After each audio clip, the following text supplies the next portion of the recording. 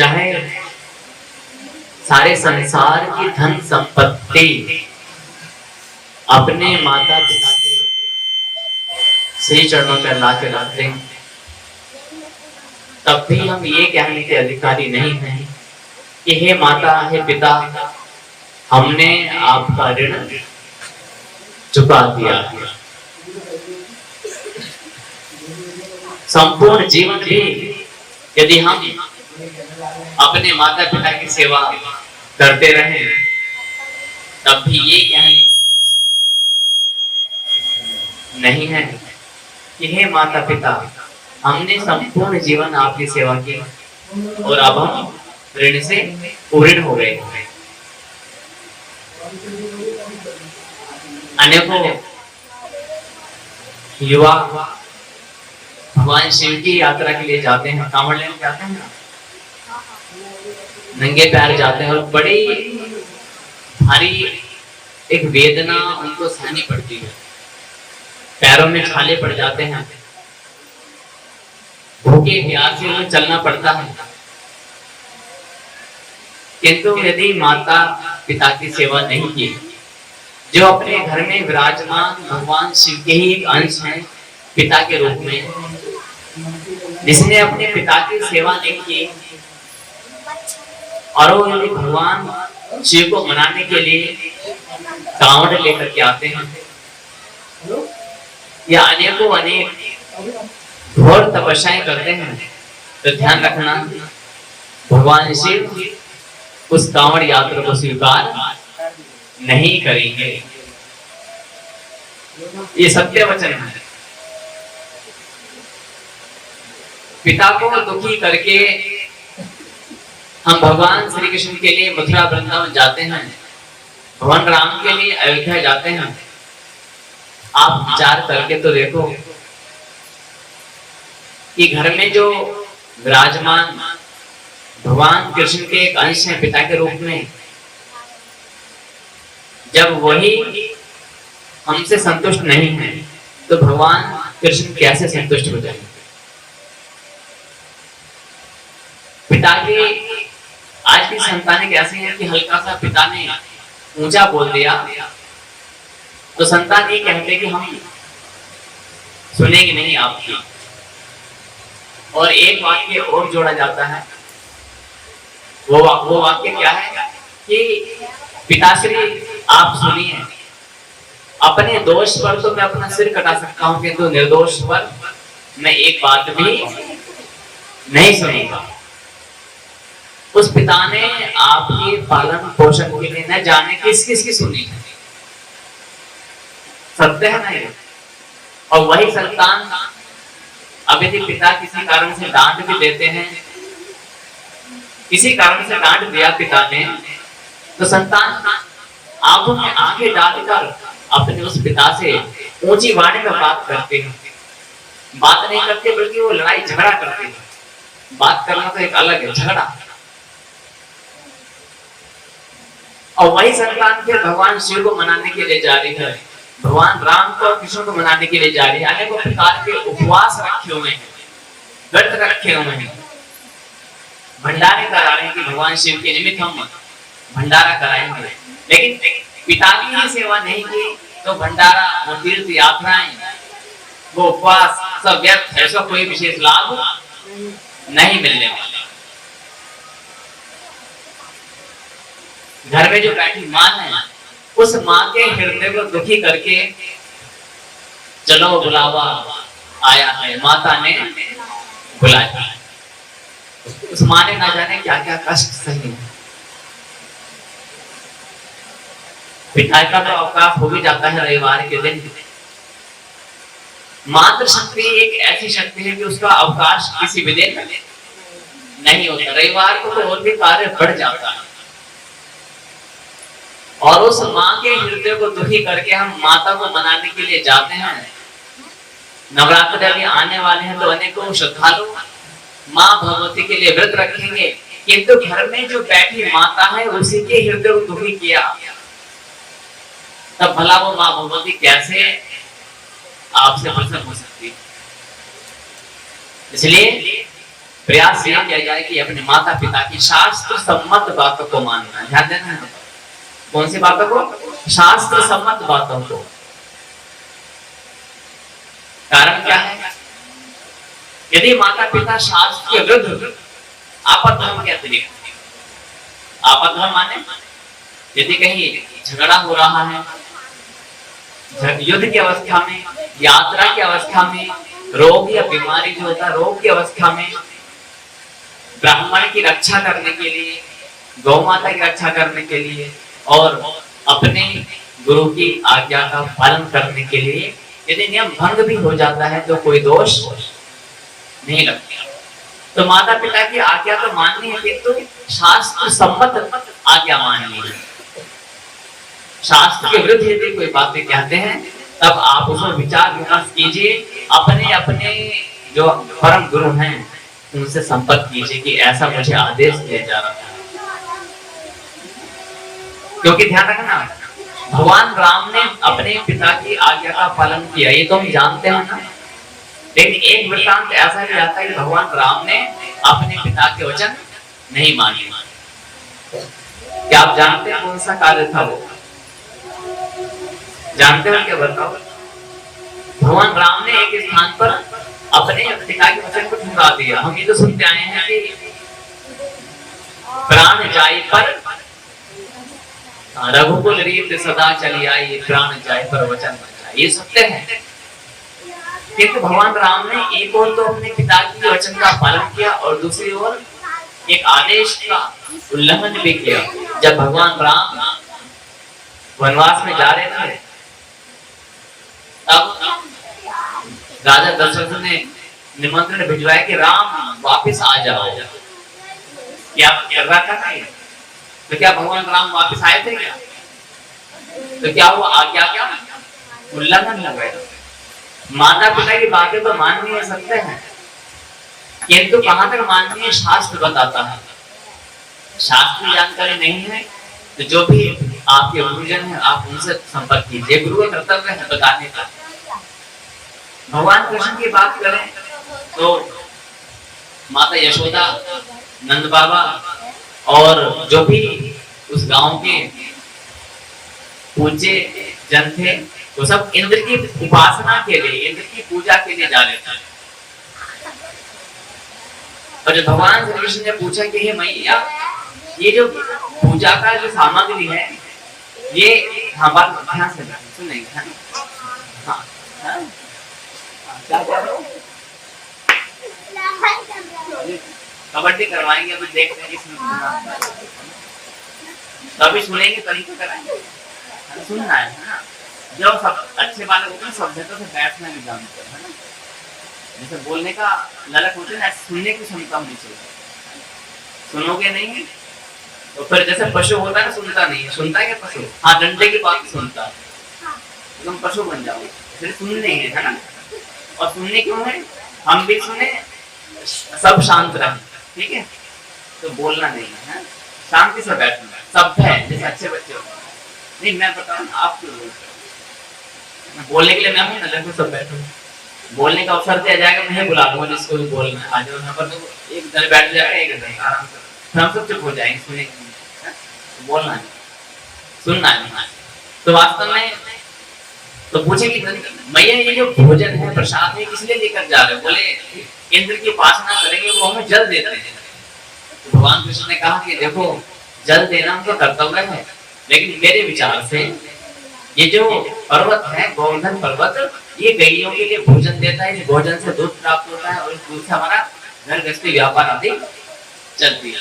तो आप इस, और ये वन जो है गोवर्धन पर्वत, ये हमें क्या देता है? फल आदि वस्तुएं भी प्रदान करता है। तो यहाँ पर अनेकों तर्कों के माध्यम से भगवान श्री कृष्ण ने उस पूजा को रुकवा दिया। तो आप जानते हो कि नहीं? तो ये दो प्रमाण मैंने दिए कि माता पिता की आज्ञा माननी है, किंतु शास्त्र को आधार मान के। इस भ्रम में मत रहना। हम यही ज्ञान देते हैं कि माता पिता की आज्ञा का पालन करना चाहिए, ये बात सत्य है, किंतु कहां तक? जहां तक शास्त्र अनुमति देता है। प्रहलाद ने अपने पिता की आज्ञा का पालन किया, क्या है? है? क्या था? हिरण्यकश्यप ने कहा था कि मैं ही परमात्मा हूं, मैं ही भगवान हूं, मेरी उपासना करो। प्रहलाद ने किसकी उपासना की थी? हाँ, नारायण की, है ना? तो क्या हुआ? उल्लंघन हुआ या पालन हुआ? ये प्रमाण है ना। हालांकि हिरण्यकश्यप एक राक्षस में था, तो इसलिए उसका प्रमाण देना उचित नहीं है। इसलिए राम और कृष्ण जो भगवान है उन्हीं के उदाहरण दिए ताकि आप समझ सको कि शास्त्र क्या कहता है। स्पष्ट हुआ? तो इसलिए प्रथम नमन किसे करना है? माता पिता को, क्योंकि माता पिता ने जो कृपा करनी है वो कर दी, शरीर जो दिया है। एक बालक आया बोले कि हमने अपने माता पिता को देखा नहीं, तो हम उनकी उपासना, उनकी पूजा है, उन्हें नमन क्यों करें? बोले कि ऐसे कैसे हो गए, आपने देखा नहीं? बोले माँ तो जन्म देने से नहीं चल बसे थी, तो पिता पहले ही चल बसे। तो चाहे उन्होंने पाला या नहीं पाला, जब धरती पे है नहीं तो पालेंगे तो है, किंतु शरीर को जो देने में निमित्त है, जो एक माध्यम बने हैं, वो माता पिता ही बने। पालन करता एक अलग माता पिता, वो भी माता पिता कहलाते हैं, लेकिन जो जन्मदात्री है उनका बहुत मुख्य भाव होता है। इसलिए अपने माता पिता को सर्वप्रथम नमन वंदन करना, तो चाहे वो पालन करने वाले माता पिता है, जो जन्म देने वाले माता पिता है। तो ये ज्ञान बताना भी है सभी को। द्वितीय नमन किसे करना है? अपने उस परम पिता परमेश्वर को। क्यों करना है? संक्षेप में समझेंगे। क्योंकि माता पिता ने शरीर हमें दिया है, सत्य है, किंतु परमात्मा ने हमें मनुष्य बनाया है। क्या बनाया है? हाँ, क्या बनाया है? जल्दी बालक बताएंगे। इनको बोलो कि सुनेंगे। परमात्मा ने हमें क्या बनाया है? सुनोगे नहीं तो ऐसे ही होगा ना, है ना? क्या बैठने का तो लाभ है? क्या बनाया बताओ? अच्छा, सुनना है लेकिन, है ना? क्या करना है? तो इसलिए परमात्मा ने हमें मनुष्य बनाया है, यही सबसे बड़ी कृपा कर दी। आज हम प्रतिदिन क्या बोलते हैं? भगवान आपने हमारे भाग्य में क्या लिखा हुआ है ना? ये नहीं है, वो नहीं है, ऐसा बोलते हैं ना। लेकिन आप विचार करो, यदि हम पशु पक्षी बन गए होते तो क्या स्थिति होती है ना? जो एक कीड़े मकोड़े होते हैं, क्या उनको सुख दुख नहीं होता? होता है ना। उनका भी वंश होता है, उनका भी परिवार होता है, होते नहीं होते हैं। लेकिन उनके सुख दुख को बांटने वाला कौन होता है? कोई नहीं, है ना। किसी कुत्ते बिल्ली को कोई घाव हो जाता तो वो सड़ सड़ के तड़प तड़प के अपने प्राण त्यागता है। आप 2-3 दिन डिटोल डाल दो तो उससे कुछ नहीं होने वाला। कितने कुत्ते बिल्ली को डाल दो, बहुत सारे पशु पक्षी होता नहीं, वो तड़प तड़प के बड़ी वेदना से अपने प्राण को त्यागते हैं। किंतु भगवान ने हमारे ऊपर कृपा कर दी कि हमें मनुष्य बनाया है, अब तो हमें अपने ऊपर कृपा करनी है। ध्यान रखना, हम कहते हैं कि भगवान कृपा करो कृपा करो, भगवान ने तो कृपा कर दी। कुत्ता बिल्ली गधा घोड़ा नहीं बनाया, क्या बनाया है? मनुष्य बनाया। इससे बड़ी कोई कृपा नहीं होने वाली। मानस तन जो पाया है, यही सबसे बड़ी कृपा है। आप विचार करना, इस ज्ञान का महत्व कब है? यदि आप इसका चिंतन करोगे। क्योंकि ना संगीत है, ना ढोलक है, ना पेटी है, तो इसलिए कोई कथा कीर्तन झांकी तो दिखाने वाले हैं नहीं। लेकिन ये ज्ञान दिया जा रहा है, ये ज्ञान शास्त्र संबंध बड़ा प्रमाणिक। यदि आप सुनोगे तो जीवन की दिशा दशा बदलेगी, अन्यथा ऐसे ही थे। कभी भगवान शंकर के एक मत एक भगवान जी ये वाली इच्छा पूरी कर दो, बस ये इच्छा पूरी कर दो। इच्छा पूरी हो गई तो भी भगवान को छोड़ देंगे। अब स्वार्थ तो निकल गया ना, और इच्छा पूरी नहीं हुई तो शंकर जी को छोड़ के कृष्ण जी को पकड़ लेंगे। क्या जाता है? ये पाखंड लीला जो हमारी चल रही है, यही नर्क का कारण बन जाती है। कृष्ण जी ने इच्छा पूरी कर दी तो ठीक, वरना क्या छोड़ेंगे? उनको छोड़ करके फिर माता जी के प्यार पकड़ लेंगे। ये होता है ना। फिर किसी भगत को ढूंढ लेंगे, फिर किसी तांत्रिक को ढूंढेंगे, पंडित जी को ढूंढेंगे। वो संपूर्ण जीवन हम इन शास्त्रों की ओर क्यों नहीं आना चाहते? ये देख रहे हैं ना पुस्तक श्रीमद् भगवद गीता, हम क्यों नहीं आना चाहते? माना कि हम पढ़े लिखे नहीं हैं, सुन तो सकते हैं ना। तो इसलिए हमने सोचा कि यहाँ पर महाभारत का पाठ लागू, भगवान ने हमें शिक्षा दी है, समझ दी है, कितना सौभाग्य मिलता है इसका, कितना पुण्य मिलता है। तो जब द्वितीय नमन किसे करना है प्रतिदिन? उस परमपिता परमेश्वर को करना है। भगवान ने जो कृपा करनी थी वो कर दी, क्योंकि माता पिता तो कुत्ते बिल्ली के भी होते हैं, पशु पक्षी के भी होते हैं ना। पशु पक्षी के गाय भैंस भी माता पिता होते हैं, लेकिन उस परम पिता परमेश्वर ने हमारे ऊपर सबसे बड़ी कृपा की। वो क्या है?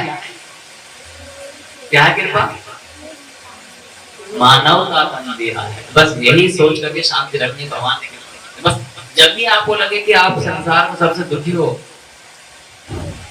तो जो कैंचुए होते हैं, मक्खी मकोड़े होते हैं, एक बार इनको देख लो, है ना। कैंचुए का तो हाल देखा होगा, बहुत बुरा होता है बेचारा, कहीं पैर से दब गया, पिछला हिस्सा वो दबा कटा पड़ रहा है, वो तड़प रहा है, होता है ना ऐसा।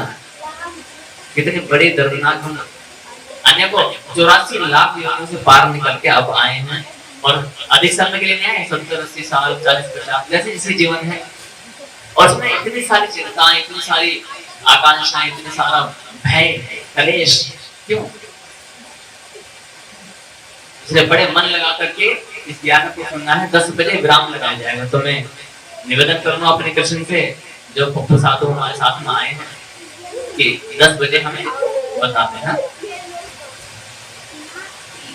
द्वितीय नमन कैसे करना? परमपिता परमेश्वर, उसे कभी ताना नहीं मारना, दोष नहीं देना है।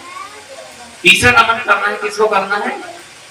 अपने अपने परम गुरुदेव। गुरुदेव, गुरु को माँ भी है ना, और पिता भी गुरु है। कोई गणित पढ़ाने वाला है, वो भी गुरु है। 7 प्रकार के गुरु बताए गए हैं, किंतु परम गुरु कौन? जो हमारी शंकाओं का समाधान करे और जो हमें परम जन्म मरण के बंधन से मुक्त करने का मार्ग बताए, वो परम गुरु कहलाते हैं। बाकी तो सब हैं गुरु, वाचक गुरु, सूचक गुरु, अनेक प्रकार के गुरु होते हैं संसार, है ना। तो इसलिए परम गुरु को नमन क्यों करना है? क्योंकि ये मंदिर पहले के थे, ये मंदिर पहले थे कि नहीं थे, है ना। ये शास्त्र पहले के थे, शास्त्र पहले के थे, ये साधु संत पहले के थे, ये तीर्थ पहले भी थे, ये बड़े बड़े धाम पहले भी थे, महामंडलेश्वर पहले भी थे, शंकराचार्य पहले भी थे। लेकिन जब हमारे जीवन में परम गुरुदेव आए, उन्होंने अनेकों विधियों से इस ज्ञान को समझाने का प्रयास किया, धीरे धीरे तब हमारी बुद्धि में स्थिरता आई। पहले कैसे बुद्धि थी? सोमवार को शिव की पूजा, मंगल को इसकी पूजा, कभी कभी भगवान को मान लिया, कभी त्याग दिया, कभी नास्तिक बन गए, कभी कभी ऐसा लगा कि भगवान है या ऐसे भी तो करते हैं, भ्रम लगता है कि है भी या नहीं है, वैसे ही सब करे जा रहे हैं। लेकिन जब परम गुरुदेव आए जीवन में, तब क्या हुआ? धीरे धीरे कथाओं के माध्यम से, कहानियों के माध्यम से, श्लोकों के माध्यम से, अनेकों प्रकार के तर्क दे करके उन्होंने समझाने का प्रयास किया कि वो परमात्मा है। हर शिष्य की अपनी क्षमता होती है। बुद्धिमान शिष्य है तो बुद्धि थोड़ा उच्च स्तर के उदाहरण दिए, बुद्धू शिष्य है, कम समझ वाला है, तो उसके लिए उसके जैसे प्रमाण उदाहरण दे करके उनको भी समझाने का प्रयास किया हमारे परम गुरुदेव ने, कि भगवान है, उसकी पूजा कैसे करनी है। हर एक की समझ एक जैसे नहीं होते ना, किंतु परम गुरु का कर्तव्य होता है कि किसको कैसे समझाना होता है। तो उन्हीं के कारण से ये अच्छा, किंतु ये एक दिन की कहानी नहीं है। आप सोचेंगे कि एक दिन में जैसे ज्ञान माननीय रिंकू साधी के माध्यम से इस भूमि पर हो रहा है, और वास्तव में बड़ा पुण्य का काम है कि हम सब प्रयास करें कि ज्ञान नवग्रह ज्ञान करवाएं। इसका बहुत भारी इसका पुण्य माना जाता है। 9 दिन का ज्ञान यदि आपने विधि पूर्वक सुना, ध्यान देना, तब जीवन की दिशा दशा बदल जाएगी। हाँ, अब सुनेंगे ही नहीं, एक औपचारिकता के लिए आएंगे, जैसे रामलीला में जाते हैं ना, चलो रामलीला देखने जाते हैं, 1 घंटे की निकल गई रामलीला, है ना, तो कोई प्रभाव नहीं पड़ता, क्योंकि हम वहां पर अपने आनंद के लिए जा रहे हैं, आनंद के लिए। बस जो थोड़ा खा पी लिया, घूम फिर के आगे, क्योंकि ये ज्ञान है इस तरह का नहीं है। ये ज्ञान है क्या है? ये कक्षाएं हैं। 9 दिन की क्या है? ये कक्षाएं हैं। इन कक्षाओं को हम लगभग यहाँ पर 8 बजे या 7:30 बजे आ जाएंगे, और ठीक 10 बजे विराम लगेगा। तो 2.5 या 3 घंटे का समय आप बिल्कुल निश्चित निकाल के रखो और पत्रिका, लेखनी, फोन रिकॉर्ड जो भी कर सकते हो, इस ज्ञान को याद करने का प्रयास करो। और प्रयास ये करो कि जब अपने अपने बालकों को इन सबको लेकर के आओ, जिनका पिता वर्ग है पिताओं को लाओ, जो पति वर्ग है उनको भी लाने का प्रयास करो। ये 9 दिन का जो ज्ञान है जीवन की दिशा दशा बदल देगा बारंबार। अभी तक तो बहुत सारी आप सुनते हो ना, हम सब शंकाओं का समाधान हो जाएगा। क्या हम चलेंगे जैसे कक्षा पहली होती है वो सब चीज बताई जाएंगे, लेकिन अभी हम क्या बता रहे कि नमन किसे करना है। तो वास्तव में उस परम गुरुदेव को नमन क्यों करना है? क्योंकि परम गुरुदेव की कृपा से ज्ञान समझ में आया, किंतु ये एक दिन में समझ में आने वाला नहीं। जैसे पहली कक्षा को सफल करने के लिए बालक को 1 वर्ष परिश्रम करना पड़ता है, तब जाकर के पहली कक्षा सफल करता है। और इस रहस्यमय पूर्ण ज्ञान को समझने के लिए हम 1 घंटा 2 घंटा सोचते हैं कि हाँ हम चलो सुन करके आते हैं खड़े खड़े, अपने समझ में आया तो ठीक, अन्यथा अपने वापस चले जाएंगे। अच्छा, पहली कक्षा को सफल करने के लिए आप 1 वर्ष परिश्रम करते हो,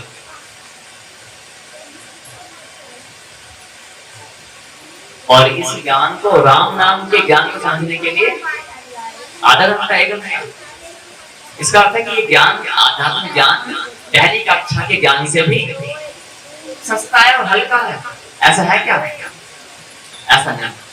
यदि इतना ही सस्ता और इतना ही हल्का होता तो हर कोई भक्त बन जाता है ना। जैसे हर कोई पीएचडी नहीं कर पाता, उसी प्रकार से ये आध्यात्मिक ज्ञान है। लेकिन बस इतना ध्यान रखना कि ये राम लीला का ज्ञान नहीं है कि आप आए और कभी भी नहीं। इसलिए क्या करना है, जो पढ़े लिखे हैं वो कॉपी पेन से लेकर के आए, लेखन पत्र लेकर के आए, जो समझाया जा रहा है उसे लिख लें। फोन रिकॉर्डिंग है तो वो भी कहने की हम यूट्यूब पे बना लेंगे, इसको रिकॉर्ड करके डालेंगे, आप उसे भी सुन सकते हो। अपनी शंकाओं को क्या पूछना, तो तीर्थ नमन किसे करना है? परम गुरुदेव के। तो उनको नमन करने की विधि है, सभी श्रद्धालु इस तरह से हाथ रख के घुटनों पर बैठेंगे। कैसे बैठेंगे? सभी इस तरह से बैठेंगे। इनको बोलोगे इन बालकों को, ये वाले बालक आप उधर आ जाओ, उधर बैठ जाओ, एक आप उधर खड़े हो जाओ, आप उधर आ जाओ,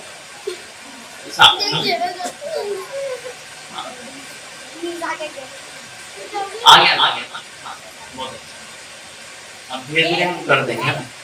इस तरह से बैठना है, ठीक? 3 बार ओम का उच्चारण करेंगे और स्थिति करेंगे। जिनको स्थिति याद नहीं है वो मानसिक नमन करेंगे। इनको सर्वप्रथम किससे नमन करना? माता पिता को, द्वितीय नमन परम पिता परमेश्वर को, और तीसरा नमन परम गुरु करेंगे।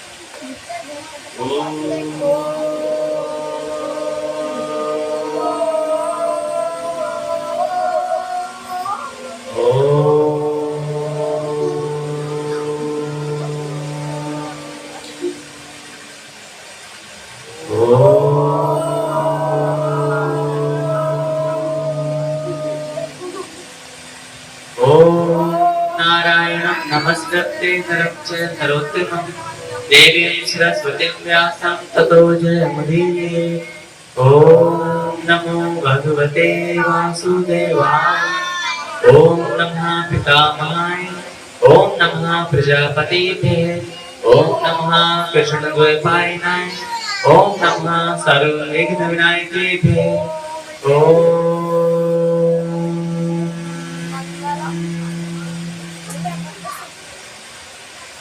परमात्मा की बढ़िया सी कृपा से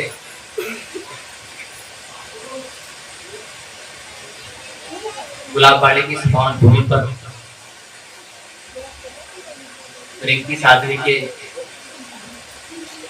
सहयोग से, सेवा से ये शाश्वत ज्ञान 9 दिन की कक्षाएं आरंभ हुई हैं, जो आज 21 से चल करके 29 तक चलेंगे। जैसे कि मैंने पहले बताया कि हम अनेकों समस्याओं से घिरे रहते हैं। तो पहली समस्या ये है कि आप भी सब अपना समय निकाल करके यहाँ पर आए है ना। एक निमंत्रण दे दिया गया होगा, बैनर लगा दिया गया होगा, आपने सोचा चलो चल करके देखते हैं क्या हो रहा है, ये भाव होता है ना। और हम भी यहाँ पर आए हैं और अपने साथ में ऐसे नहीं आए हैं, तो साधु की सेवा में आए यहाँ पर, जो हमें लेकर के आए रात्रि में, वो भी नौकरी करके आते हैं और अपना यहाँ पर सेवा में आए हैं। तो कारण क्या है? आप जो यहाँ बैठे हैं, इसको, इस बालक को, आप खड़े हो जाओ, पप्पू साहब है ना, पीछे, अरे बालक पीछे बैठो, हाँ थोड़ा, हाँ सिकंदर थोड़ा कस के, और पीछे, और पीछे, नहीं आगे आगे आगे बैठो, बहुत अच्छा।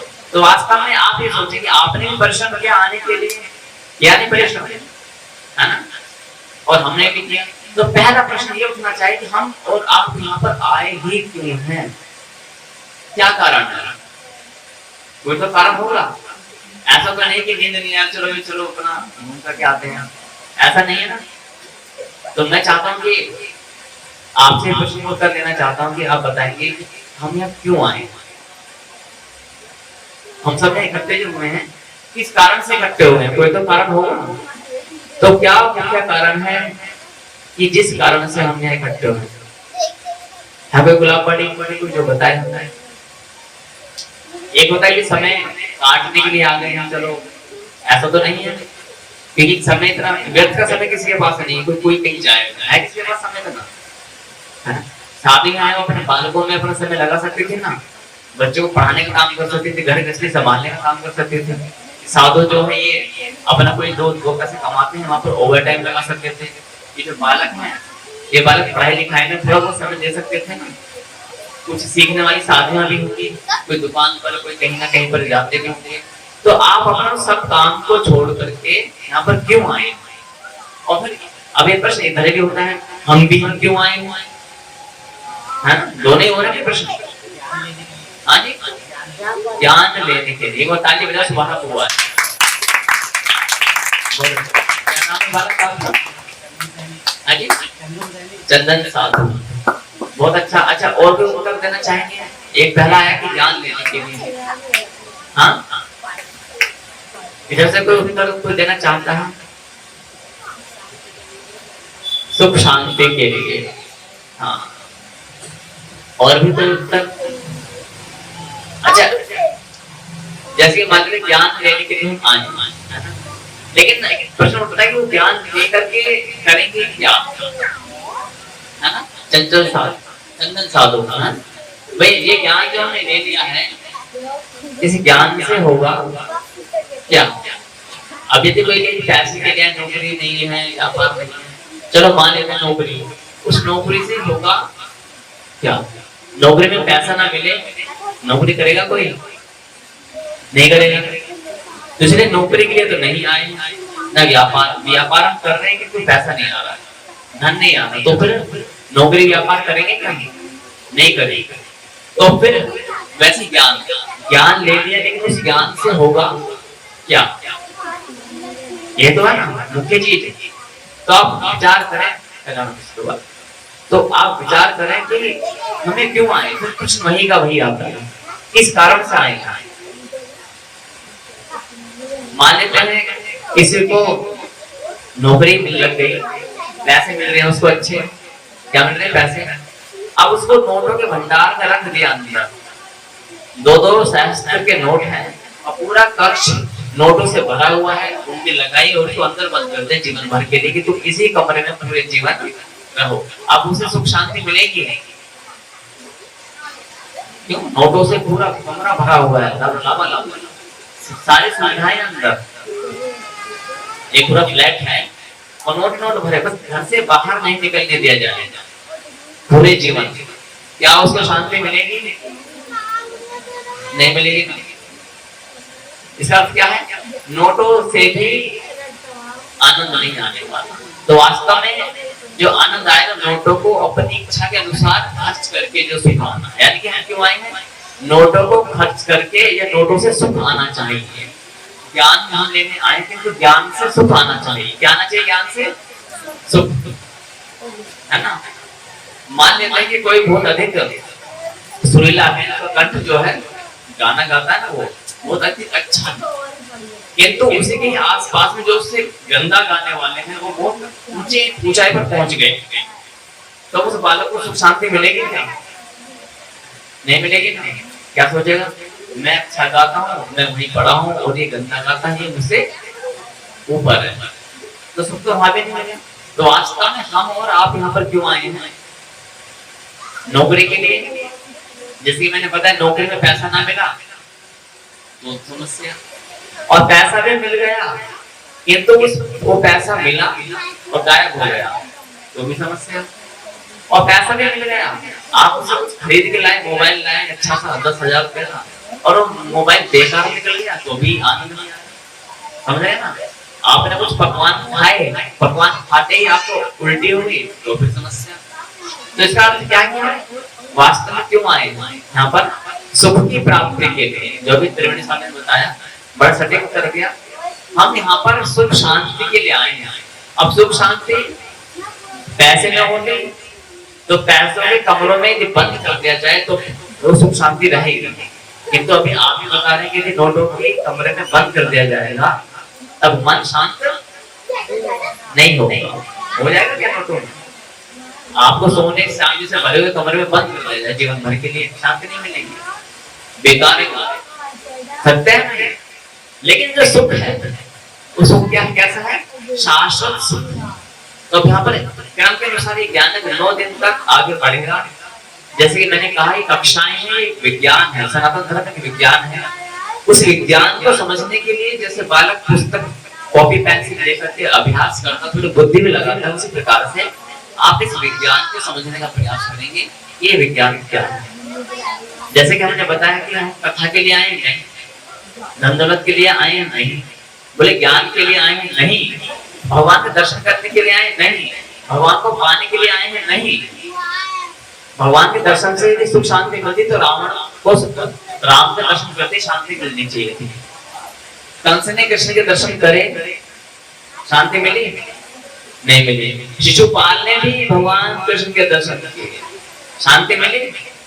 कुछ बोलते भगवान के दर्शन होने से शांति मिल जाती है, ऐसा मोक्ष मिल जाता है, ऐसा नहीं। ज्ञानेन सा दशम पवित्र में विद्यते, ये श्रीमद् भगवत गीता है ना। सारा संपूर्ण संसार इस छोटे से शास्त्र के सामने नतमस्तक है। 700 श्लोकों के सामने संपूर्ण संसार नतमस्तक है। किसी का श्लोक है नहीं, ज्ञानेन सा दशम पवित्र में विद्यते, कि ज्ञान के समान पवित्र करने वाला न गंगा माता है, कुछ भी कहीं भी चले जाओ, ज्ञान के बिना पवित्रता नहीं होने। तो इस ज्ञान को प्राप्त करेंगे, किंतु कारण क्या है? सुख। कारण क्या है प्राप्त करने का? सुख। दुर्योधन ने भगवान श्री कृष्ण के दर्शन किए, क्या उसका भाव बदला? नहीं बदला ना, पाप पर पाप करता गया। हम कहते हैं कि भगवान के दर्शन हो जाएंगे तो सुख शांति मिल जाएगी। नहीं नहीं नहीं, मिलने वाली नहीं है, इस पर मत रहना। सनातन धर्म में क्या समस्या है? ज्ञान के लिए हम नहीं जानते। अपने मन से टीवी खोला, उस पर सोचेंगे पूजा की विधि क्या है, यूट्यूब खोला, उस पर देखेंगे पूजा की विधि क्या है। शास्त्र पढ़ने का या किसी गुरु के पास जाकर के समझने का प्रयास नहीं करते। तो प्रयास क्या करना है? इस ज्ञान निवेदन करो पुनः अपने आसपास में आप सबको निमंत्रण दो। क्या दो? निमंत्रण। तो निमंत्रण देने के लिए शरीर में ऊर्जा होनी चाहिए, है ना? तो इसलिए क्या करेंगे, सभी दोनों हाथ ऐसा करेंगे ऊपर और हरिओम हरिओम बोलेंगे। हरिओम हरिओम हरि हरिओम हरिओम हरिओम हरि हरिओम हरिओम। जब भी आप यहाँ पर आओ तो निमंत्रण अवश्य दो, अपने घर से आस पास में तो बोलो, और अपने संतानों को अवश्य लेकर के आओ उस ज्ञान में। उनको जानकारी मिलेगी कि भगवान शंकर के लिए तुम कांवड़ लेने जाते हो, लेकिन जिस पिता के हृदय को दुखी करके जा रहे हो तो भगवान शंकर कभी तुमसे प्रसन्न नहीं होने वाले। भले ही तुम कांवड़ लेकर के आओ या ना लेकर के आओ, लेकिन पिता का अपमान मत करो, पिता के हृदय को दुखी ना करो। जब ये ज्ञान उनकी बुद्धि में आएगा तो वो माता पिता की सेवा है ना। इसलिए बालकों को अवश्य लेकर के आओ और स्वयं भी सुनो इस ज्ञान को, और इस ज्ञान को सुनना ही नहीं है, याद करके अपने घर पर भी लेकर के जाना है ना। कहाँ लेकर जाना? अपने घर पर भी लेकर जाओगे ना। हाँ, इसलिए ज्ञान तो हम यहाँ पर क्यों आए हैं? सुख की प्राप्ति के लिए। ध्यान रखना, किसकी प्राप्ति के लिए? सुख की प्राप्ति के लिए। समझ में आ रहा है विज्ञान? किंतु कौन सा सुख? सुख दो प्रकार के होते हैं।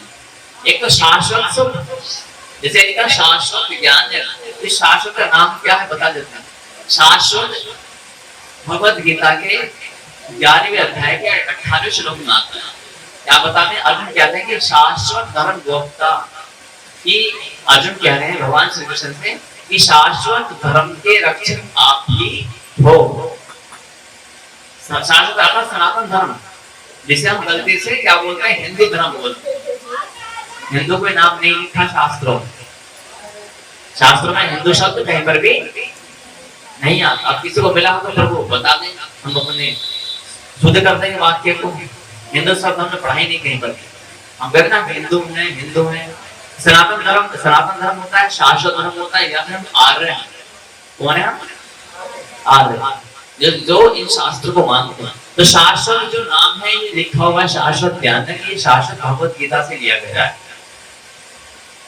चौथे अध्याय का श्लोक 27, शाश्वत से च धर्मस्य सुखस्य कामिते संजय। अनंत ब्रह्मांड को बनाने वाले परमपिता परमेश्वर भगवान श्री कृष्ण क्या बोलते हैं कि शाश्वत तस्य च धर्मस्य, कि शाश्वत धर्म का रक्षक मैं ही हूँ। ये श्रीमद् भगवत गीता में शाश्वत धर्म के रक्षक बताया है भगवान ने अपने। जिसे हम शाश्वत धर्म क्या बोलते हैं? सनातन धर्म। तो अपने संतानों को अवश्य लेकर के आओगे। किसे लेकर के आने का? संतानों को। हमारे यहाँ आने का मूल कारण क्या है? सुख की प्राप्ति, है ना। अब हम ये ना कहें कि हम किसी अन्य कारण से आए, किसी आए क्या? सुख की प्राप्ति, और कोई कारण नहीं। और सुख कब मिलेगा? जब ये ज्ञान धीरे धीरे हमारे बुद्धि में बैठ जाता है। एक भिखारी भी सुखी रहता है और एक अरबपति भी चिंता में, भय में, क्लेश में रहता है। देखा ना, है ना। एक भिखारी भी हंसते हंसते जीवन निकाल देता है, जो अरबपति व्यक्ति है वो कला क्लेश में, चिंता में, नींद के लिए गोलियां खा खा के सोना पड़ता है उसको, है। तो परमात्मा की जो भक्ति में जब आए हैं तो समझना भी है। अच्छा, ये सुख कितने प्रकार का होता है? 2 प्रकार का। एक शाश्वत सुख। शाश्वत अर्थ क्या होता है? कि जो कल भी था, आज भी है और कल भी रहेगा, उसमें कोई परिवर्तन नहीं हो सकता। तो भगवान राम का भी एक नाम शाश्वत है, भगवान कृष्ण का भी एक नाम शाश्वत है, माँ भगवती का भी एक नाम शाश्वती है। आज हम लोग जगह जगह भागते रहते हैं ना, कारण क्या है? कि ज्ञान हमें नहीं है और ज्ञान को लेना भी नहीं चाहते। थोड़ा सा ध्यान दोगे ना अब इन बातों पर, तब आप बुद्धि में समझ में आने लगेगा। तो शाश्वत सुख क्या होता है? एक बार एक व्यक्ति था, अब 4-5 दिन का भूखा व्यक्ति। कितने दिन का? 4-5 दिन का भूखा व्यक्ति था। अच्छा, 5 दिन में भूखे रहेगा तो खड़ा हो सकता है क्या? सरल नहीं है खड़ा होगा। खड़ा हो जाएगा? 5 दिन का भूखा व्यक्ति वो लेटा हुआ था, बुरी तरह नीचे धरती पर। अब क्या हुआ? किसी ने उसको एक थाली जो भोजन है वो लाकर के दे दिया। तो जो उसने पहला टुकड़ा खाया, 5 दिन के भूखे व्यक्ति को जब पहला टुकड़ा खाने के लिए मिला, उसे लगा कि ये अमृत से भी अधिक स्वादिष्ट है। क्या है? अमृत से भी अधिक स्वादिष्ट है। इस संसार का सुख कैसे काम करता है आप इस उदाहरण के माध्यम से समझ जाओगे। अब क्या हुआ प्रभु? उसने एक टुकड़ा खाया, बड़ा आनंद आया, आंखों में पानी आ गया कि 5 दिन के बाद मुझे भोजन मिला। ऐसे ही करते करते उसने एक थाली भोजन ग्रहण कर लिया। जो भोजन लेकर के आए थे उन्होंने सोचा भोजन अच्छा लगा, एक थाली और दे दीजिए, गिर जाएगा बच्चों।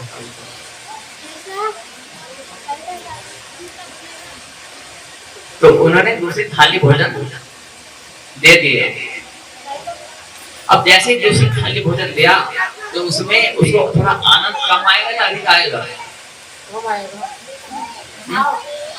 कम आया। 2 थाली भोजन ग्रहण कर लिया। अब तीसरी थाली जो भोजन आया उसने देखा महाराज जी 5 दिन से एक टुकड़ा नहीं मिला और तीसरी थाली भोजन दे दिए। बोले खा लो कोई बात नहीं। अच्छा, उसने मन मार के तीसरी थाली भोजन भी ग्रहण कर लिया। अब जो दान दाता थे उसने सोचा भूखा है 5 दिन से चौथी थाली भोजन भी लेकर के आ गए। कौन सी थाली? चौथी थाली। आप खा रहे हो चौथी थाली भोजन, पहली थाली में। अब क्या हुआ प्रभु? चौथी थाली जो भोजन आया उसने हाथ जोड़ ले, प्रभु जी अब क्षमा करो। बोले क्यों? जब पहली थाली का पहला टुकड़ा आपके मुख में गया था तब आपने बोला कि इसका स्वाद अमृत से भी अधिक है, तो अब इस थाली में की टुकड़े में क्या समस्या होगी? ये भी तो वही भोजन है, वही वस्तुएं हैं। तो बोले अब मुझे इसमें रस नहीं आ रहा, अब मुझे इसमें स्वाद नहीं आ रहा। बोले अब एक काम करते हैं, तो आपके लिए पकवान लाते हैं, मिष्ठान लाते हैं, मिठाइयां लाते हैं। क्या लाते हैं? मिठाई। बोले अब आप चाहे मिठाई लाओ या कुछ भी लाओ, मैं एक भी कण मुंह में नहीं डाल सकता। तो पूछे कि वो सुख कहाँ चला गया? वो क्षणिक सुख जो था, वो जो पहली थाली की पहली रोटी के पहले टुकड़े में आया था, वो अब नहीं रहा। ये क्षणिक सुख है। जैसे जो चाय पीने वाले व्यक्ति होते हैं ना, उनको 4-5 में चाय तलब लगती है, तलब, पर चाय के बिना देख नहीं पाते, है ना? कोई बीड़ी पीने वाला व्यक्ति होगा या सिगरेट पीने वाला व्यक्ति होगा, उसे भी तलब लग जाती है। तो एक व्यक्ति था चाय पीने का बड़ा शौकीन, 5 दिन तक चाय नहीं मिली उसे, और 5 दिन के बाद जब वो गया कहीं, उसे चाय मिल गई। पहले कभी भी जो पहला जो चुस्की थी उसकी मोट जो था बड़ा स्वादिष्ट लगा, बड़ा आनंद आया। 5 दिन बाद मुझे चाय मिली। चाय वाले ने सोचा कि चलो 5 दिन बाद मिली है तो एक कप और ले लो, कोई बात नहीं। अब वो दूसरी कप भी पी गए। बोले चलो कोई बात नहीं, तीसरी कप भी ले लो, तीसरी कप भी पी गए। तीसरी कप जो पिया, थोड़ा मन मार के उसने चाय पी। अब चौथी कप जब आई, बोले महाराज क्या चाय में नहीं आने का मन नहीं? क्या? बोले नहीं, अब आपको स्वाद नहीं आ रहा क्या? बोले अब स्वाद आएगा क्या? नहीं आने। क्यों नहीं आएगा बताओ? आपको समझ में आ रही चीजें? अनेकों बार ऐसा जो होता है कि हम तन तो हमारा यहाँ पर है और मन कहीं और ही है, तो इस ज्ञान का कोई लाभ नहीं है। इस ज्ञान का कोई लाभ नहीं है। फिर तो हम कंकर होते ना, कभी यहाँ कभी वहां, कंकरों वाला हम लोग। इसलिए ध्यान रखोगे तो सब यहाँ बैठने का लाभ है ना? प्रयास करेंगे जो स्वस्थ है, जो युवा वर्ग है ना, वो कमर सीधी करके बैठे, ऐसा प्रयास होना चाहिए। मैं 9 घंटे की नौकरी करके यहाँ पर आया, ऐसा नहीं कि पूरे दिन लेट करके, 9 घंटे का बालों को पढ़ा करके तब यहाँ पर आया। पप्पू साधु भी ड्यूटी करके आए, कभी बालक है तो प्रयास करना कि सीधी कमर के बैठेगी तो निद्रा देवी भी थोड़ा दूर रहेगी, वरना बैठ के ऐसे और बस। अनेकों बार ऐसा होता है कि जो श्रद्धालु होते हैं ना, उन्हें लगता है कि कहीं गुरुजी पहचान ले लेंगे, हम सोए तो आंख खोल के ऐसे आंख वहीं लगी रहेंगे गुरुजी पर, लेकिन यहाँ सब दिखता है कौन सो रहा है, कौन जाग रहा है, किसका मन यहाँ पर है, किसका मन कुरान बना रहा है ना? सब कुछ दिखता रहता है। व्यास पीढ़ी ऐसी होती है, तो सुनेंगे। तो जब अब चौथा कप में चाय का पिया, उसमें स्वाद रहा या वो नहीं रहा? ये क्षणिक सुख है। आप समझना कि क्षणिक सुख क्या होता है। इस संसार में जो भी सुख है वो क्षणिक सुख है। एक तो ये समझना है। दूसरी बात, अब आता है कि एक माँ थी, दूसरे उदाहरण से समझेंगे। एक माता थी, बालक पाले उसका जो जब माता थी तो जब वो युवावस्था में थी, संतान थी उसकी, वो किसी मेले में गई और संतान उसके बचपन में ही हो गई। अब जब हो गई और कुछ समय बाद में उसके पति का भी देहांत हो गया। अब इसी गम में वो अपने संतान का और अपने पति का दुख जो था, वो पागल सी हो गई, भिक्षा मांग करके जीवन जीने लगी। और इकलौती संतान यदि किसी की खो जाए तो कैसा लगेगा? किसी का एक ही लड़का है, छोटा सा 5-6 वर्ष की अवस्था में भी खो जाता है तो कैसा लगेगा? आप सोचो, दुख होगा कि नहीं होगा? और उसका कोई सहारा भी ना हो। अब क्या हुआ, जैसे ही वो पागल की तरह रहने लगी, मांग मांग के अपना पेट पालने लगी, उसका जो मानसिक स्तर था वो बिगड़ गया। करते करते 5 वर्ष बीते, 10 वर्ष बीते, 15, 20, 25, 30 वर्ष बीत गए, लेकिन वो बालक किसी सभ्य मनुष्य के हाथ लग गया था। तो सभ्य मनुष्य ने, किसी भक्त मनुष्य ने, किसी धार्मिक मनुष्य ने उस बालक को शिक्षा दी। अब वो बालक कहाँ चला गया? विदेश में चला गया पढ़ने के लिए। उस बालक के मन में एक जिज्ञासा थी कि कौन है मेरे माता पिता, कौन है? तो जैसा भी इंटरनेट का समय है ना, इंटरनेट चलता है, तो उसने, जिन्होंने उसको पाला था, उसने पूछा कि मैं तुम्हें कहाँ मिला, किस क्षेत्र में मिला? तो उसने बताया कि आप ऐसे ऐसे मिले। तो उसने इंटरनेट के माध्यम से खोजबीन की, पूरी जानकारी लेने का प्रयास किया अपनी माँ को खोजने के लिए, पिता को खोजने के लिए। उसे जानकारी मिली पिता का तो देहांत हो गया, लेकिन तुम्हारी माँ भारत में ही बड़ा गंदा जीवन जी रही है बेचारी। वो भीख मांग करके जीवन जीती है, केवल इसलिए कि पति और उसका पुत्र आदि है, कुछ भी संसार में नहीं। उसे बड़ा दुख हुआ इस बात। उसने माँ को संपर्क करने का प्रयास किया, किसी के माध्यम से फोन करवाया, और जैसे वीडियो कॉलिंग होती है ना, वैसी बात करवाई। माँ देखो, मैं तुम्हारा पुत्र, तुम भिखारन से, माँ बूढ़ी हो चुकी थी। अब उसका पागलपन ये शब्द सुनते ही चला गया कि किसी ने उसको माँ बोला, अन्यथा क्या बोलते हैं? मांगने वाली आ गई है, भिखारन आ गई है, ये बोला जाता है। तो उसको फोन को देखते रहे, उसने बताया कि मैं तुम्हें ऐसे ऐसे वहां पर तुम हो गया था, मुझे किसी ने बताया था। इतना सुनते ही तो पागलपन दूर हो गया, उसकी आंखों से पानी आने लगे कि मेरा 25 वर्ष पहले जिस बालक को मैं खो चुकी थी, वो अब मुझे दोबारा कैसा रहा होगा वो दृश्य। तो उस माँ के आंसू नहीं रुक रहे थे। उस दृश्य को देख करके वहां जितने भी थे सब रो पड़े। वो पागल माँ को जब 25 वर्ष बाद अपने बालक की पता चली तो वो रोने लगी। और क्या कहा माँ ने? ये पुत्र, अब मैं तुम्हारे बिना एक पल भी नहीं रह सकती। तुम्हें देखे बिना मेरे 25 वर्ष कैसे बीते हैं मैं जानती हूँ। अब तुम शीघ्र आ जाओ, मैं तुम्हें अपनी आंखों के सामने से एक पल भी हटने नहीं दूंगी। बोले माँ, मैं अमेरिका में हूँ, एक हफ्ते नहीं आ सकता, 1 महीना लगेगा, वायुयान से आना पड़ेगा, हेलीकॉप्टर से, हवाई जहाज से। तो लेकिन मैं तुम्हें हर दिन फोन क्या करूंगा, ऐसे ही बात क्या करूंगा, आप चिंता न करो। बेटे ने पैसे ट्रांसफर करवा दिए, उधर इसका बंगला वगैरह घर ले लिया गया, उससे कपड़े वगैरह सब बदल दिए गए, अच्छे से कर दिए। हर दिन वो अपनी माँ से बात किया करता था। वो पागल नहीं रही, अब वो पागल नहीं रहे।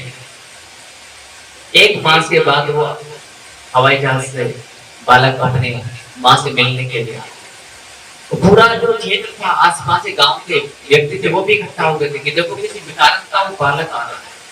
ऐसे भी इकट्ठे हो जाते हैं। जैसे ही उस माँ ने अपने बालक को देखा, जैसे ही बालक ने अपनी माँ को देखा, आंखों में से पानी, वो माँ हिड़के मार के रोने लगी, जैसे बच्चा रोता है, गले से लगा लिया अपने बालक को। बेटा, ये मुझे पता है कि तेरे बिना मैंने कैसे एक एक पल काटा है।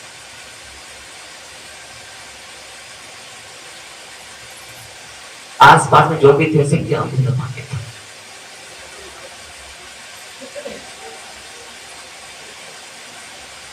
कुछ समय बीता, अंदर गए कमरे में, बालक जो था किसी परम गुरु के संपर्क में आ गया था। किसके? अब क्या हुआ, प्रभु वहां पर उस बालक को अपनी माँ के वचन याद थे कि तू जब आएगा तुझे एक पल भी आंखों से ओझल होने नहीं दूंगी, एक पल भी आंखों से हटने ना दूंगा तुझे। तो उस बालक को अपनी माँ के बात याद था, उसने व्यवस्था बनाई और अपनी माँ के आंखों के सामने बैठ गया। माँ अब मैं बैठ गया हूँ, अब तुम भी अपना वचन पूरा करो, मैं आपके वचन पूरा करने में आपका साथ दूंगा क्योंकि मैं आपका पुत्र हूँ। बेटा बैठ गया, अब माँ देखी जा रही है, 1 मिनट देखा, 2 मिनट देखा, 3 मिनट देखा, 1 घंटा देखा, 2 घंटा देखा। माँ ने बोला बेटा मैं लेटना चाहती हूँ, बोले हाँ लेट जाओ। फिर उठी, फिर बोले माँ मुझे देखो, आपने कहा था कि मैं तुम्हें अपनी आंखों से ओझल होने नहीं दूंगी, तो आप अपना वचन पूरा करो। माँ ने फिर देखा, फिर लेट गए माँ, भोजन आदि किया, लेकिन नहीं कब तक कोई देखे नहीं। तो एक दिन बीत गया, अगले दिन फिर नहाए धोए जो पूजा पाठ की, फिर वो लड़का बैठ गया, माँ मैं अब आपकी आंखों के सामने से एक पल भी नहीं हटूंगा। अब समझना इसका जो ये क्या कहा जाए। तो उस माँ को लगा बेटा देख लिया, अब मैं थोड़ा बाहर कहीं घूम करके आ जाती है, सखियां हैं, सहेलियां हैं, जब धन आ जाता है तो सब अपने हो जाते हैं ना, भिखारी का कौन अपना होता है, केवल भगवान की। तो बोले मैं जरा बाहर होकर के आती हूँ। बोले नहीं माँ, आपने तो कहा था कि मैं तुम्हें एक पल भी अपनी आंखों से हटने नहीं दूंगी, तो मैं आपके वचन को पूरा करने में आपका साथ दूंगा। जैसे राम ने भगवान अपने पिता दशरथ के वचन की लाज रखी थी, तो मैं भी आपके भाव की लाज रखूंगा। अब बेटा बेटा है, माँ को हटने नहीं दे रहा है, माँ बड़ी बेचैन।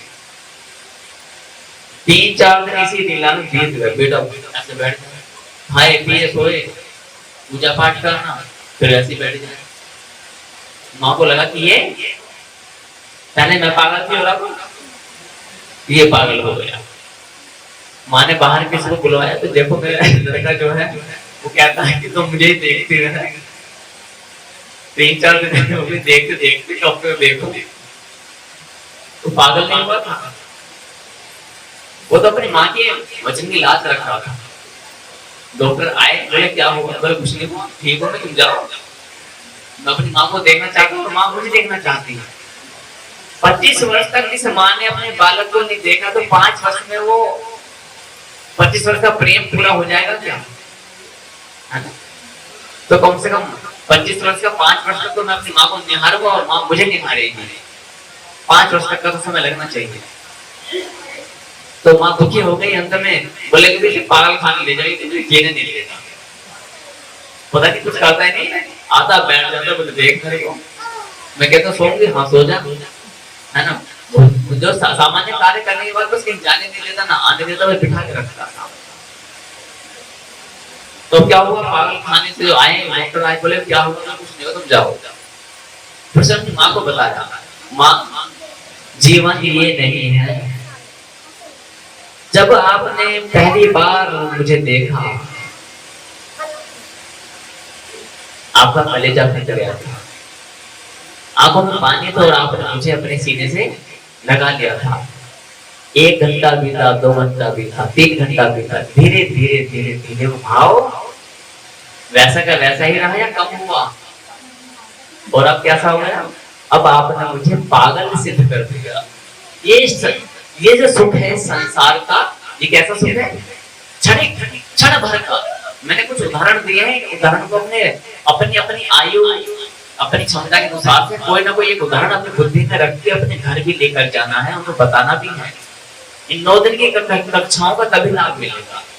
आप यहाँ बैठे हैं, आपका तन तो यहाँ पर, मन कहीं और, कुछ भी लाभ नहीं मिलने वाला। मैं स्पष्ट बोलता हूँ, क्या लाभ बैठने से? अपने जाकर के सो जाओ, जो करना करना। ये कक्षाएं हैं, जैसे बच्चा विज्ञान पढ़ता है, भगवत गीता में विज्ञान शब्द आया तो विज्ञान ही है। 7वें अध्याय में लिखा हुआ है ज्ञान विज्ञान, विज्ञान विज्ञान है ये। अब हमने बना दिया सनातन धर्म को कथा। कन्हैया ने माखन खाया, कन्हैया ने रास रचाया, राम जी काम करके वनवास हो गई, क्या यही सनातन धर्म है? ऐसा नहीं है, ये पूरा विज्ञान है। इसलिए अब समझना है क्षणिक सुख क्या हुआ। ये क्षणिक सुख की परिभाषा मैंने बताया। अब एक और उदाहरण देता हूँ, अब आप उसको याद रखना। जब किसी का नया नया जब विवाह होता है ना, विवाह जब हो जाता है तो वधु घर पर आती है। वधु माने दुल्हन, हाँ, कौन आती है घर पर? दुल्हन। एक बड़ा उत्सव होता है, दुल्हन देवी का मुख देखने के लिए भी पैसे या कुछ उपहार या कुछ भेंट देनी पड़ती है। बोले मुंह दिखाई दे दो, हाँ? मुंह कब देखेंगे? जब कुछ होना चाहिए, भले पुष्प भी क्यों ना हो, चाहे पुष्प की पत्ती ही क्यों ना हो, लेकिन भाव तो होता है। ऐसा नहीं वो पैसा मांगना चाहती, भाव है कि चलो कोई बहू रानी आई है तो हम उन्हें कुछ भेंट दें, उपहार दें, होता नहीं है। अब आते हैं जिसके लिए वो बहू वधु आ रही है, अर्थात वर, दूल्हा। जो पति देव होते हैं, जब नई नई दुल्हन धर्मपत्नी जब आती है तो कैसे दिखती है वो?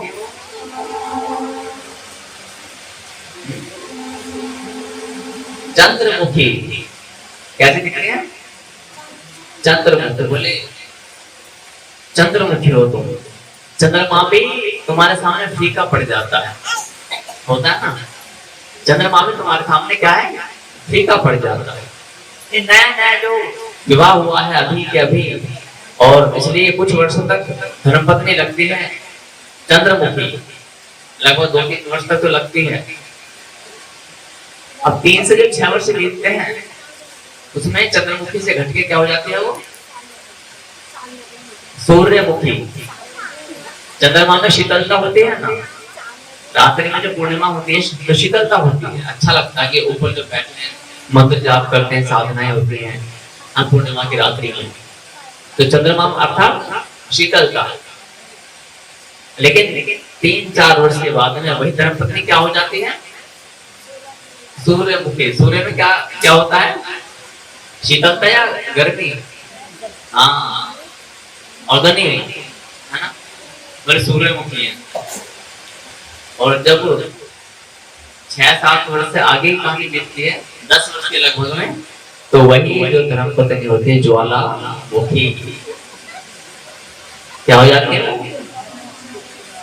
ज्वालामुखी हो जाती है। कारण क्या है जानते क्या है? क्षणिक सुख। क्या है? क्षणिक सुख। जैसे आपने कोई वस्तु खरीदी, नए नए वस्त्र आते हैं ना, आप मोटरसाइकिल लाओगे, मोबाइल लाओगे, तो उस पर स्क्रैच ना पड़ जाए, कहीं कोई निशान ना पड़ जाए, बड़ा ध्यान रखते हैं। कुछ समय के बाद वो गिरा पड़ा फिरता रहता है, आप भी कुछ ध्यान नहीं देते, होता नहीं है ना? ये क्षणिक सुख है, आपको समझना है। जब तक आप इसे समझोगे नहीं तो क्षणिक सुख को पाने के लिए भौतिक जगत में जितने भी सुख हैं, चाहे वो धन दौलत, माता पिता, पुत्र पुत्री, पति पत्नी, चाचा मामा, ताऊ, गाड़ी घोड़ा, बंगला मकान, वो सब के सब क्षणिक सुख देने वाले हैं।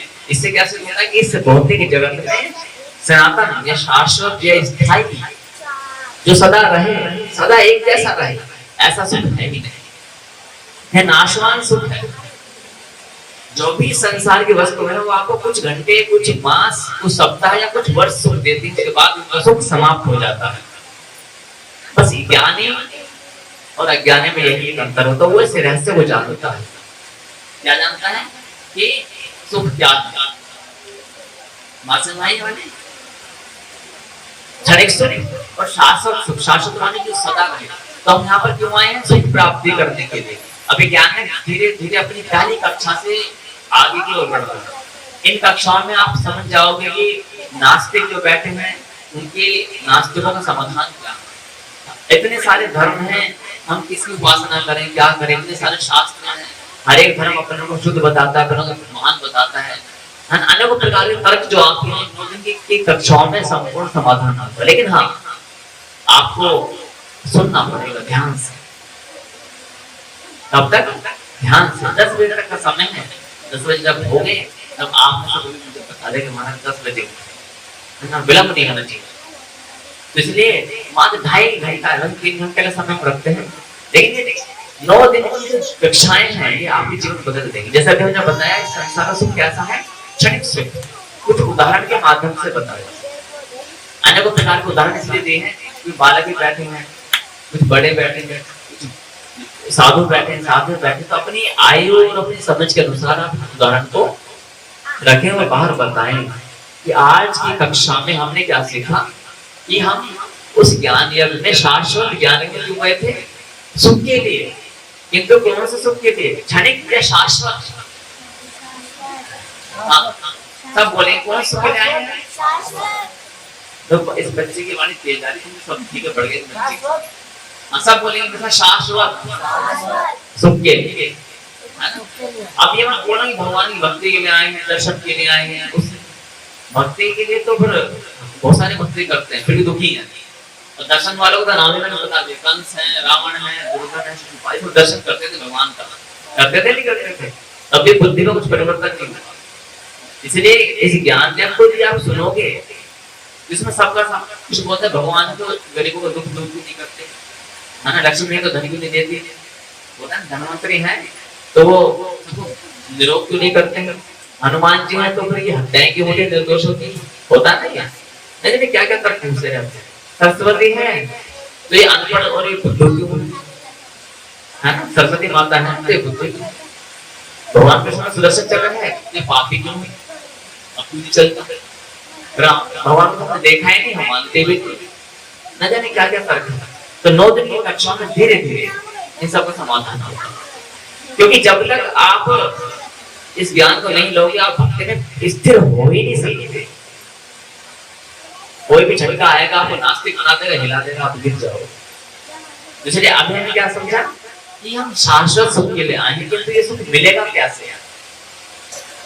ये सुख मिलेगा कैसे? तो अब दूसरा जो ज्ञान है वो क्या है कि अब मुझे बताएंगे इधर जो नए नए आए, जो आज पहली बार आए, वो अपना हाथ खड़ा करते हैं। कौन कौन आए जो पहली बार आए शाश्वत ज्ञान है, जो पहली बार आए, जो पहली बार एक जो पहली बार आए शाश्वत ज्ञान है, 1 2 3 4 5, अच्छा बहुत, क्योंकि जो सुन चुके हैं ना थोड़ा बहुत उन्हें ज्ञान रहता है। जो पहली बार आए वो मुझे बताएंगे कि हम आत्मा है या शरीर, हम आत्मा है या शरीर। जो पहली बार आए वही उत्तर देंगे बस। हाँ? ये बातें नहीं करेंगे, आप पूछ लोगे ना फिर तो नकल हो जाएगी ना परीक्षा में, और परीक्षा में नकल होगी फिर तो गड़बड़ हो जाती है। अब पूछ लोगे फिर तो बता ही देंगे सब। हम आत्मा है शरीर, हाँ? आत्मा है, बहुत अच्छा। भारत वर्ष में ये तो क्या है कि हम आत्मा है, लेकिन हम आज तर्क के आधार पर सीखेंगे कि आत्मा है शरीर, कुछ बोलते हैं शरीर है, ऐसा नहीं है। ये हमारी युवा पीढ़ी जो युवा वर्ग है ये कहता है कि हम शरीर है, कुछ बोलते हैं हम शरीर और आत्मा दोनों है, कभी शरीर कभी आत्मा। अब कुछ तर्कों से हम समझेंगे, जैसे हम कौन है, हम आत्मा है, ये तो शब्द है, सिद्ध करेंगे कि हम आत्मा है ना, सिद्ध क्या हम सिद्ध कर सकते हैं, आत्मा तो देखी नहीं है ना, देखिए क्या किसने। तो अब देखेंगे, जैसे मैंने ये कहा, याद रखना इस कथा को भी, ठीक है, याद रखना। ज्ञान माने जब भगवान की बातों का यद हो रहा है ज्ञान ये कहा जाता है। अच्छा ये हाथ किसका है? मेरा हाथ है ना, बोलिए वाला हाथ, ये आपका हाथ, ये मेरा हाथ है, ये मेरा हाथ, ये मेरा हाथ है, मैं हाथ नहीं हूं। स्पष्ट है? हम आत्मा ही अभी सिद्ध होगा इसी ज्ञान में ना आज की। ये हाथ मेरा है किंतु मैं हाथ नहीं। आप ये तो नहीं कह सकते ना कि तुम हाथ हो, हाथ ये है, मैं अलग अलग। स्पष्ट है? हाँ एक और दिखाओ, मैं हाथ नहीं हूँ, हाथ मेरे हैं, ये सिर ये मुख मेरा है, किंतु मैं सिर या मुख नहीं, मैं सिर हूँ क्या? नहीं। ये पाँव मेरे हैं किंतु मैं पाँव, अभी तो हम कहेंगे तुम तो पाँव हो, तो पाँव कैसे हो जाओगे, है ना? अभी उसी प्रकार से ये वक्ष माने जो छाती है, फेफड़े पेट आदि वक्ष, ये वक्ष मेरा है किंतु मैं वक्ष नहीं। आप ही तो ना बोलोगे आप तो फेफड़े हो, बोलोगे क्या? नहीं बोलोगे कमर मेरी है किंतु मैं कमर नहीं। इसका अर्थ है मैं अलग हूँ, ये हाथ अलग है, ये तो हुआ, ये सिर अलग है और मैं पक्की बात है ना। ये वक्ष अलग है और मैं, ये पांव अलग है और मैं अलग हूँ, ये शरीर मेरा है। हम ये तो बोलते हैं मेरा शरीर मेरा शरीर, जैसे मैंने बोला मेरा, मेरी लेखनी, मैं लेखनी तो नहीं हूँ, लेखनी हूँ क्या मैं नहीं। उसी प्रकार से हमने क्या कहा कि मेरा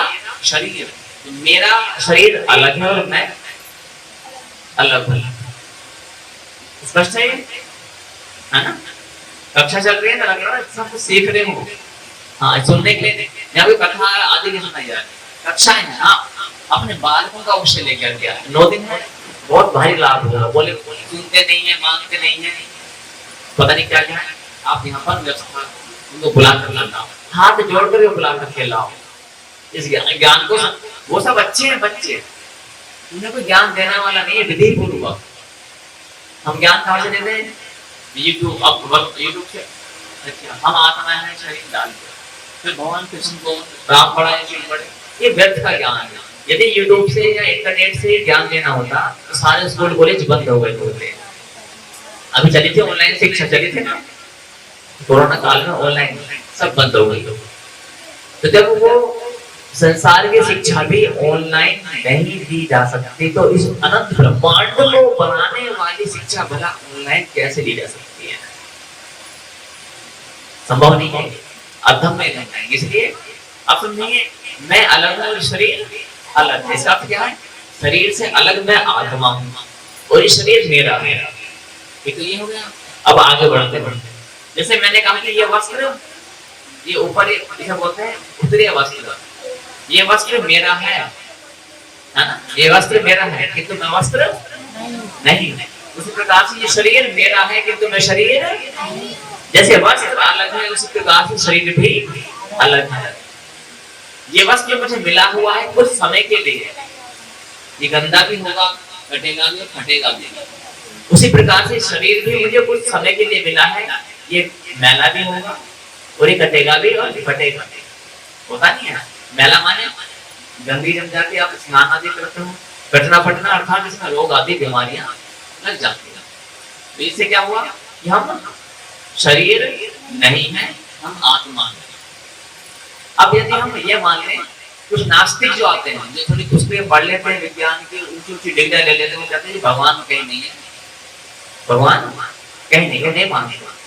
यदि हम भगवान को नकार दें, आत्मा को नकार दें, तो बड़ी समस्या हो जाएगी। तो प्रथम दिन में हम सीखेंगे कि आत्मा, हम कौन है? आत्मा है। अच्छा, एक बात बताओ, जब आप सो जाते हो ना, आपको नींद बड़ी अच्छी आती है, कभी कभी बहुत गहरी नींद आती है, कभी कभी नींद ऐसी आती है सपने भी नहीं दिखते। जब आप बहुत अधिक थके रहते हो ना, तो सपन भी नहीं दिखता है ना। आप प्रातःकाल उठे, जब आप सोए हुए थे, तो मुझे बताएं कि आपको कैसे पता चला कि नींद बहुत अच्छी आई?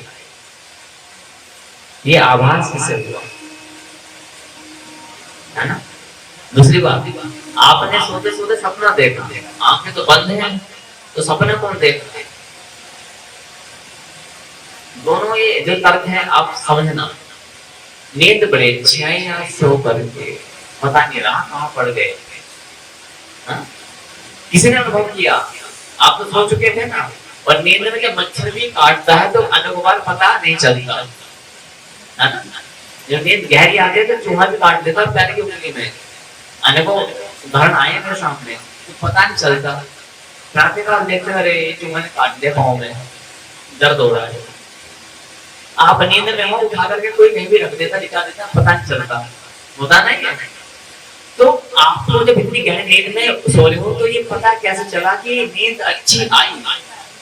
ये उनके लिए है जो आत्मा को नहीं मानते। तो बताएं मुझे, शरीर में आत्मा ही नहीं है, तो फिर नींद अच्छी आई ये कैसे पता चला? आत्मा के कारण आत्मा सब जानती है, तो सब पहचानती, सब देख रही है, वही सपन देखती है, शरीर सपन नहीं देखता। शरीर की तो आंखें बंद हो गई नहीं, अब क्या दिखेगा? स्पष्ट ही बात है। तो हम कौन है? हम आत्मा है, हम शरीर नहीं है।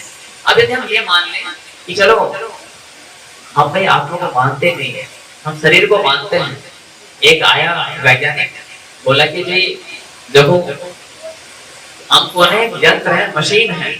हम कौन है, यंत्र। जैसे मोटरसाइकिल होती है ना, उसके अंदर पेट्रोल होता है, हमारे अंदर भोजन होता है, उसके अंदर एक लोहे का फ्रेम होता है, हमारे अंदर हड्डियों का ढांचा होता है, उसके अंदर पाइप होते हैं, हमारे अंदर नसें होती हैं, उसके अंदर प्रकाश होता है, तो हमारे अंदर ये आंखें होती है देखने के लिए।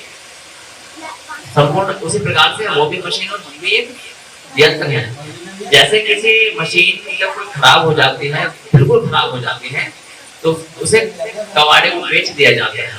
उसी प्रकार से जब मनुष्य का शरीर बिल्कुल बेकार हो जाता है तो उसे मृत घोषित कर दिया जाता है और ये मान लेते हैं कि इसमें से आत्मा निकल गई। ये नास्तिक मत है। कौन सा मत है?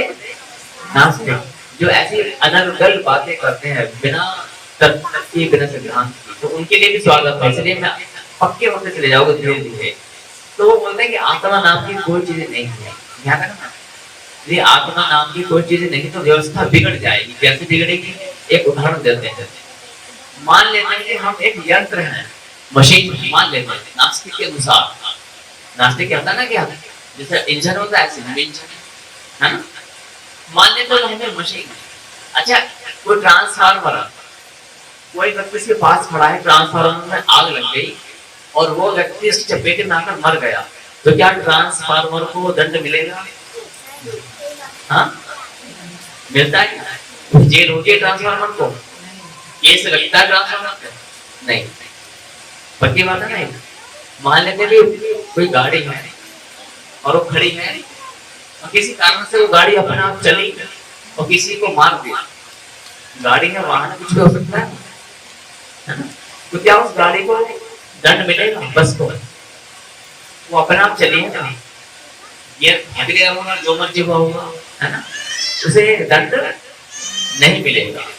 अन्य को बड़ी बड़ी मशीनें होती हैं, उन मशीनों में कोई बालक, कोई जो कारीगर होते हैं वो दब जाते हैं, मर जाते हैं, उन मशीनों को दंड मिलता है? मिलता है ना? उन पर केस लगता है? नहीं लगता। अब यदि हम भी अपने को मशीन मान लें, यंत्र मान लें कि जैसे ये इंसान ऐसे हम, ये जो नास्तिक मत है, ये नास्तिक मत का खंडन है वैज्ञानिक स्तर पे। तो जो नास्तिक है उनका भी ज्ञान रखना स्वागत है। तो सुनेंगे, अभी एक बालक था, वो बालक नास्तिक था, वो ईश्वर को, आत्मा को नहीं मानता।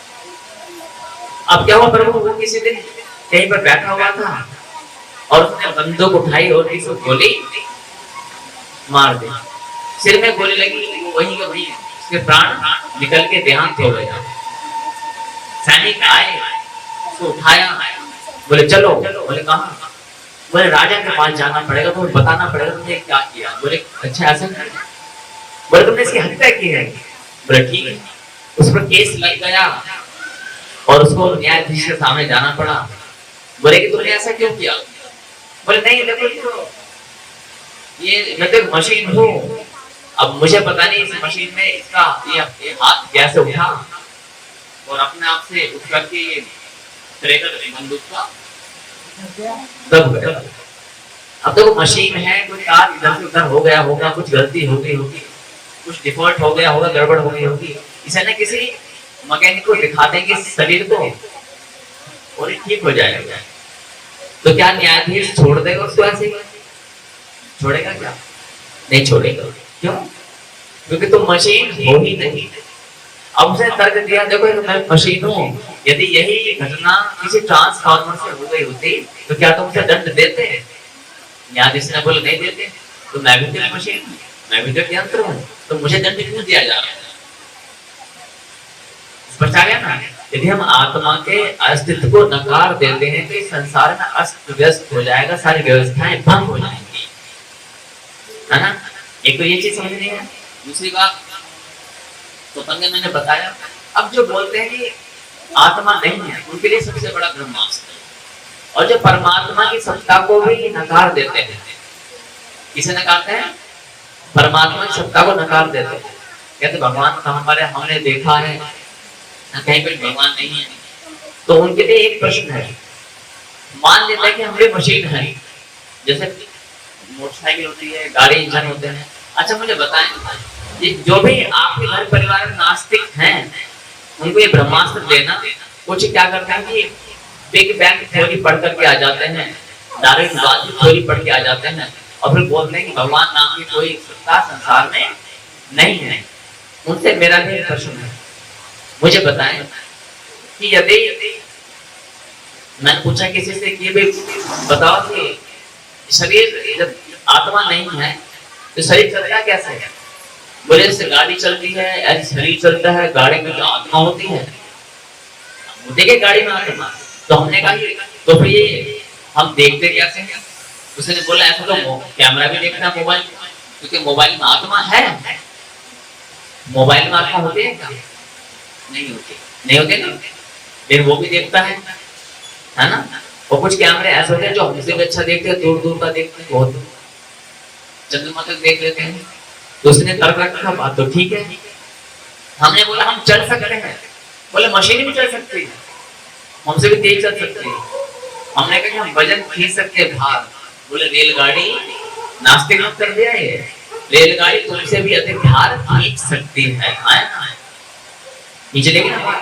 इतने 100 डिब्बे होते हैं, हम तो एक डिब्बा ही नहीं खींच पाएंगे। हमने अपना तर्क रखा क्योंकि हम बोल सकते हैं, मशीन बोल नहीं सकती। अब थोड़ा सोचने लगा, हाँ भाई बात तो ठीक है। उसने बोला नहीं सुनो, मोबाइल बोलता भी है, मोबाइल बोलता नहीं है क्या, है ना? उसमें गाने चलते हैं, समाचार चलते, सब कुछ यूट्यूब चलाओ, सब चीज चलेगी, बोलता भी है। बोले हाँ भाई, चुप हो गए।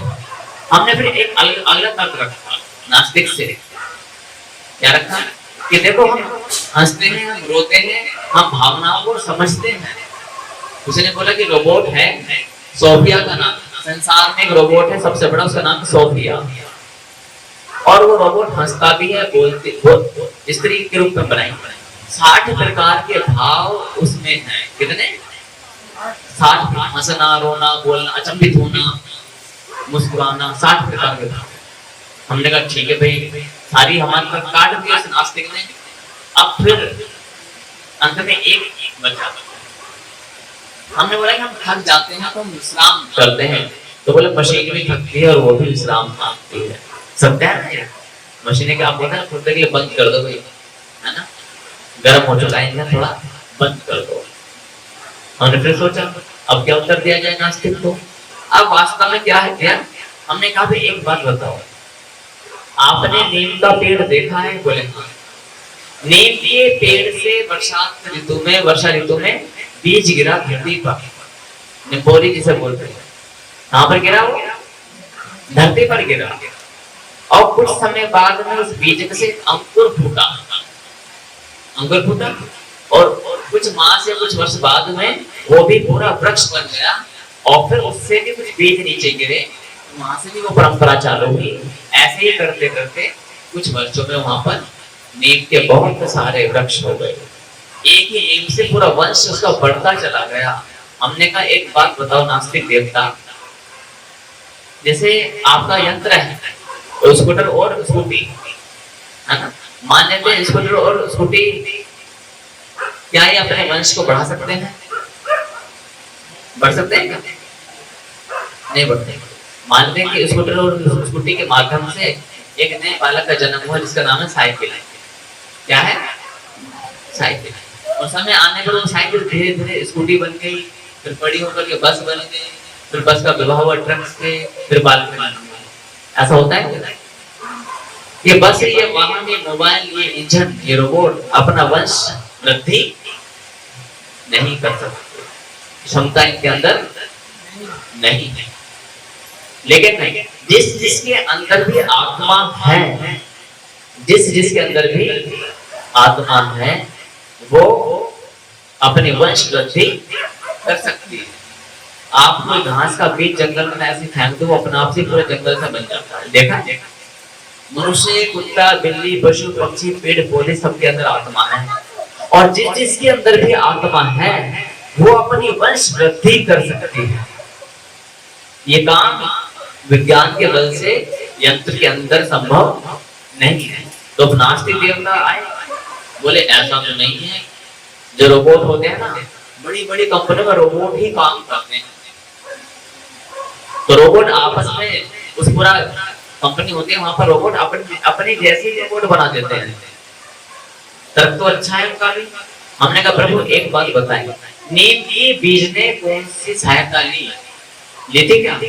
केवल पृथ्वी जल वायु अग्नि और आकाश, ये तो थे पृथ्वी जल वायु अग्नि और 5 तत्व जो होते, उन्हीं की सहायता से उसने अपना इतना जंगल खड़ा कर दिया, वंश बढ़ गया पूरा। नीम और पीपल देवता को देखो, पत्थरों पर क्या चट्टानों पर क्या कहीं भी अपना वंश बढ़ा देता है। हाँ? तो अब हमने कहा यदि हम उस रोबोट को जंगल में भेज दें, चलो एक नर है और एक मादा है, एक स्त्री और एक पुरुष है, 2 रोबोट लिए जंगल में भेज दिए जहां पर कोई भी सुख सुविधा नहीं है, क्या अब उन रोबोट से छोटा वाला रोबोट उत्पन्न होगा? और सावधान, एक चीज और ध्यान देना, जिसके अंदर आत्मा है उसकी संतान उसके आकार से बहुत छोटी होती है। मनुष्य का बच्चा कैसा होता है? बड़ा है छोटा, और धीरे धीरे धीरे धीरे धीरे उसमें विकास होगा, वो प्रचंड रूप ले लेता है। पीपल का जो बीज होता है वो राई के समान होता है, छोटा सा। बरगद का जो बीज होता है छोटा सा होता है, लेकिन जब अपना विराट रूप दिखाते हैं तो क्या दिखाता है? प्रचंड दिखाता है। हमने कहा प्रभु सावधान, जो रोबोट भी संतान उत्पत्ति करेंगे तो वो रोबोट छोटे रोबोट होने चाहिए, और समय के अनुसार धीरे धीरे धीरे धीरे। क्या ये संभव है? बताएं मुझे आप, संभव है? नास्तिक मत का खंडन यहीं पर हो जाता है। जितने भी नास्तिक देवता है ना, इनको तर्क दे देना। आपको बात समझाई? बात 10 बजे देखो, अब संकेत मिल चुका है और हमारा विषय भी पूरा हो चुका है आज का, है ना? तो मैं समझ रहा हूँ जो मेरा आज का विषय है वो आपको समझ में आया। हम कौन है? आत्मा। क्या आप किसी को समझा सकते हो? देना है ना, किंतु तो पहले अपने आप समझना है। और जो भी तुम्हारे, बारंबार बोलूंगा, ये युवा वर्ग को पहले लाओ, युवा वर्ग को यहाँ पर लाओ, बालकों का अवश्य लाओ, बालकों का अवश्य लाओ। और जब आप सुनोगे विधि पूर्वक तब आपको रस भी आएगा, रस भी आएगा, अच्छा लगेगा। और यदि आपने, मैंने विज्ञान के लक्ष्यों में किसे अच्छा लगता है? जो थोड़ा ध्यान लगाते हैं, वरना विज्ञान में विज्ञान भी लेंगे हम, कुछ और ही पढ़ लेंगे, ये तो होता है ना, है ना? तो जो अपनी समझ लगा रहे हैं थोड़ा सा आनंद आएगा। कल का विषय अलग होगा। आशा करूंगा कि आप इस विषय को कंठस्थ करते हुए, तो मैं भी अपने लेखनी और अपने तथ्य लेकर के आऊंगा, मुझे क्या बोलना है क्या नहीं बोलना, इसलिए आप ही अपनी पत्र पत्रिकाएं मोबाइल जो भी लेके आना, या जो शंकाएं नहीं है ना। अब एक बात कहना, हम आत्मा है, हम शरीर, और हम संपूर्ण जीवन शरीर के लिए कर रहे हैं। खाएगा, अच्छा खाने की तैयारी कर रहे हैं, है ना? अच्छा खाने की कौन खाएगा? आत्मा, शरीर, शरीर। पहनने की तैयारी कर रहे हैं, कौन पहनेगा? शरीर। रहने की तैयारी कर रहे हैं, कौन रहेगा? शरीर। और जब यहाँ से जाएंगे तो मैं तो चला जाऊंगा, ये शरीर। तो जब मैं जाऊंगा तो क्या लेकर के जाऊंगा? कुछ है कर रहे हो? कुछ इकट्ठा कर रहे हो कि नहीं कर रहे हो? आज कर लेंगे, कल कर लेंगे। अभी तो जी लड़के के हाथ गीले कर रहे हैं, लड़की है ये हाथ गीले कर रहे हैं। जो आया है अपना भाग्य लाया है, आपको चिंता करने की आवश्यकता नहीं, केवल उसे शिक्षा और संस्कार दो, अन्य चिंता ना करो। शिक्षा देनी है और संस्कार देने हैं, अन्य चिंता नहीं करनी है। अन्य चिंताएं आप करोगे तो आप अज्ञान में जी रहे हो। जो आया है अपना भाग्य लाया है, वो भी संतानें होती है जिनके माता पिता जन्म के समय देहांत हो जाता है, और वो भी अपने भाग्य के अनुसार ऊंचे ऊंचे पदों पर बैठ जाते हैं, तो भिखारी से राजा भी बन जाते हैं। इसका कहने की भाग्य अकेले काम करता, परिश्रम भी से जुड़ा होता है, बल बुद्धि सामर्थ्य भी लगता है। और जिनके जो माता पिता भी हैं, अथाह धन संपत्ति है, वो भी कुछ नहीं कर पाते, है ना? तो आप चिंता तो बिल्कुल भी ना करो। हाँ, चिंतन करना है। मेरे साथ बोलेंगे यज्ञ, दान, तप, ये 3 कर्म हमें अवश्य करने हैं। कारण क्या है? भगवान श्री कृष्ण ने भगवद गीता के 18वें अध्याय श्लोक 5 में बताया, यज्ञ दान तप न त्याज्य कारणे तप। अब हम यात्रा कर रहे हैं, तीर्थ यात्राओं में भंडारे कर रहे हैं, न जाने क्या क्या कर रहे हैं, कथा कीर्तन कर रहे हैं, लेकिन जो 3 कर्म जिनको परमपिता परमेश्वर ने स्पष्ट कहा है कि कर्म है, ये नियम नहीं है, हमने उन कर्मों को भी त्याग दिया। भगवान ने कहा त्यागने ही नहीं है। तो 3 कर्म कौन कौन से? यज्ञ दान तप। यज्ञ माने क्या होता है कि हम प्रयास ये करें कि प्रतिदिन ये ज्ञान प्रतिदिन होना चाहिए। इसके लिए उपाय क्या है?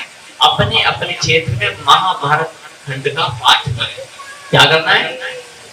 महाभारत खंड का पाठ करें, बहुत बड़ा पुण्य मिलता है। इसलिए भगवद गीता महाभारत का छोटा सा भाग, छोटा सा भाग।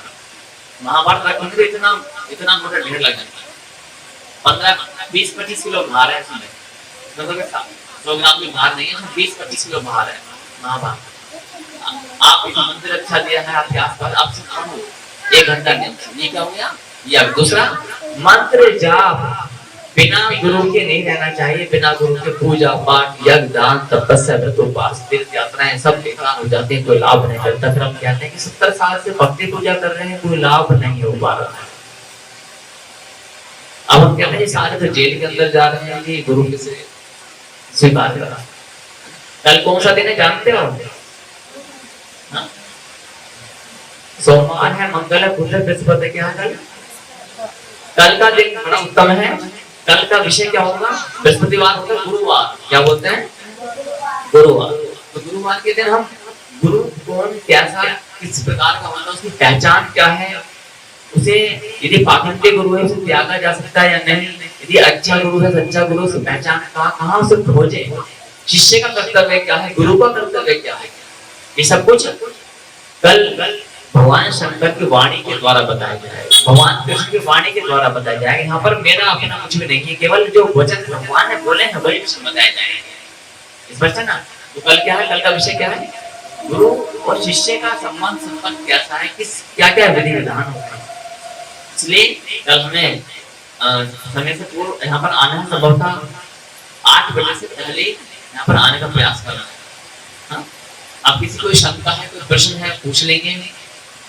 हो सकता है कि उन प्रश्नों को उत्तर मैं अब ना दे सके, कल आकर के जिनको संकोच है अपने प्रश्न पूछने में, वो पर्चे पर लिख सकते हैं, है ना, वो भी आप मुझे दे सकते हैं।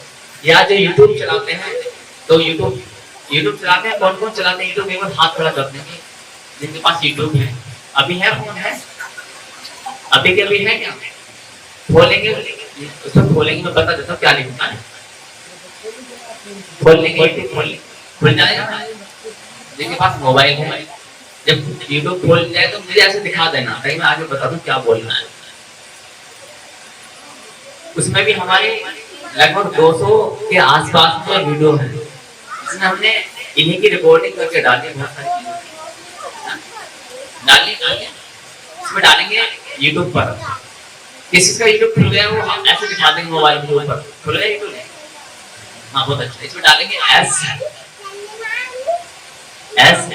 डाल दें एस, अब डालेंगे A S V A T, दोबारा बोलता हूँ S A S V A T, space डाल देंगे D H A R M. अब लोगो आएगा, चिन्ह बन के लाल से आपका शाश्वत धर्म, उसको क्या करना है? उसमें 2 काम करने, सब्सक्राइब आता है, एक घंटी आती है वो बजानी। कि जो भी हमारी जैसे वीडियो आएगी ना, तो आपको एक बीप बजेगी, आपके फोन का अपना अलग से घंटी बजेगी, आपके पास संकेत आएगा कि हाँ शाश्वत की जो वीडियो है वो आ चुकी है ना। SASVAT मिलेगा, मिला नहीं मिला? SASVATDHAR। तो इसमें आप अपने प्रश्नों को पूछ सकते हैं। अच्छा, किसी शंका अभी है, किसी कोई प्रश्न जो मैंने अभी बताया, आत्मा हम शरीर नहीं है, एक इसमें जो आज की विषय संबंधित किसी को शंका है तो उनसे प्रश्न कर सकते हैं। ध्यान रखना, इस ज्ञान को सुनने से क्या लाभ होता है मैं बता देता हूँ। अभी तक जो थक चुके होते हैं जगह जगह जा करके, है ना, जो बोलते हैं घर में बहुत ही कला कलेश, मन में सुख शांति नहीं है, इस ज्ञान को सुनने मात्र से घर के अंदर परिवर्तन होना चालू हो जाता है। आप बैठे यहाँ पर परिवर्तन वहां पर हो रहा है, क्योंकि यहाँ पर केवल और केवल उस परम पिता परमेश्वर की चर्चा की जा रही है। और मैं निवेदन करूंगा जो यहाँ के श्रद्धालु हैं, वो जो यहाँ के आसपास श्रद्धालु वो रिंकी साधन का साथ देंगे। इस बालक ने अकेले से ही ये प्रयास किया कि यहाँ पर संपूर्ण सेवा करने का, है ना, तो यहाँ पर थोड़ी सेवा सुरक्षा का जो भाव है वो हम सभी का होना चाहिए। होना चाहिए नहीं होना चाहिए? या बोले अकेले कोई साधु संभालेंगे इन्होंने करवाया, ऐसा नहीं है। तो भगवान का हम सबके है ना, है ना, तो अपने आप से सोचना कि हम क्या सेवा कर सकते हैं। जैसे कोई सेवा ना मिले तो पूछो, ये बहुत बड़ी सेवा। नारद मुनि वायु मार्ग से जाया करते थे, लेकिन फिर भी सेवा करने के लिए धरती पर भी घुमा करते थे पैदल पैदल, है ना। इसलिए हमें क्या करना है, जहां भी राम की सेवा करने का अवसर मिले हो अपने आप से आगे बढ़ के प्रयास करो, जो भी प्रयास कर सकते हैं वो। क्योंकि अभी जो जलवायु ना वो वर्षा की है ना, तो वर्षा के समय पर ऐसा नहीं कि चिंता एक ही करे, भाव ये होना चाहिए कि अच्छा वर्षा हुई है, चलो कि हम चलते हैं, थोड़ी व्यवस्था देखते हैं, ये भाव सबसे अच्छा है। और मेरे साथ में तभी एक संकीर्तन करेंगे, श्री कृष्ण गोविंद हरे मुरारी, तालियां बजा करके करते हैं, सुबह विराम लगाएंगे। श्री कृष्ण गोविंद हरे मुरारी, हे नाथ नारायण वासुदेवा। श्री कृष्ण गोविंद हरे मुरारी, हे नाथ नारायण वासुदेवा। अभी तो दो शब्द बोलना चाहता है तो बोल सकते हैं यहाँ पर आकर के। कुछ बालक थे, कोई चाहता है तो दो शब्द आकर के बोलना। नहीं, अब मैं आपसे कह रहा हूँ कि देखो हम संसार के लिए तो बहुत बोलते हैं ना, है ना, तो यदि आप आकर के बताना चाहते हो, कुछ संदेश देना चाहते हो तो बोल सकते हैं। और अब प्रसाद वितरण हो जाएगा।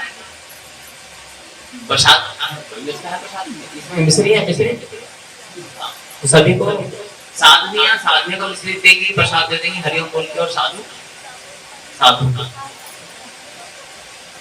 ये प्रसाद पा देंगे। ये बहुत अच्छा भाव है देखो।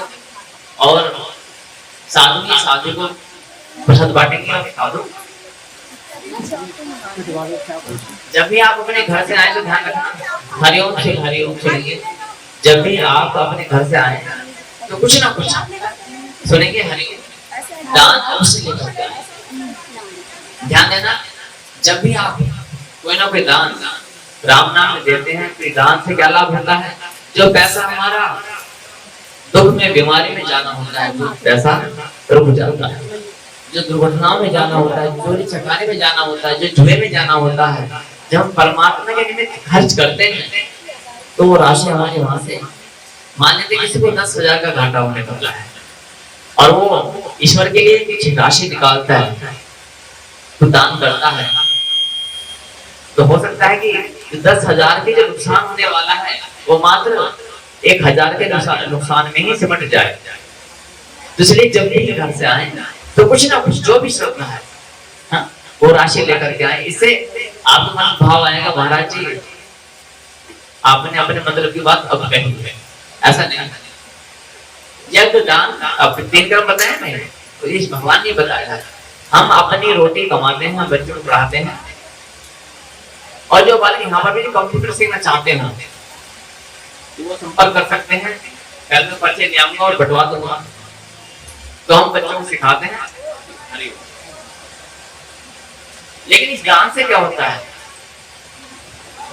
कोई प्रसाद आ सकता है ना, ये माइक है, इसका भी कुछ राशि जा सकती है।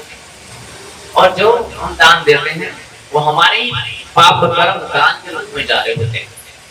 इसलिए जब भी आए कुछ ना कुछ राशि जो भी श्रद्धा हो अवश्य लेकर के आए, किंतु राशि लाएं या न लाएं इस ज्ञान को सुनने के लिए अवश्य आए।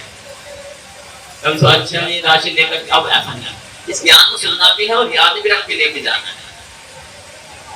अच्छा घर तक ले जाके याद करके चले जाओगे तो भूल जाओगे ना? घर तक लेकर के कौन जाएगा? एक बार हाथ खड़े करो ना, जो घर तक लेकर के जाएंगे। सच बताना, मैं पूछ रहा हूँ, घर भी ला जाते हैं सब। अच्छा, बहुत अच्छा, सबके हाथ खड़े हो गए। घर पे बताना भी है ज्ञान को कि हम आत्मा है, हम शरीर नहीं है। और एक क्षणिक सुख और एक शाश्वत सुख, उसको याद रह पाएगा। और मैंने यूट्यूब का बताया दिया है SASDHAR, उसको सब्सक्राइब करके घंटी जो बजा देते हैं तो उससे आपके सारे संकेत मिलेगा।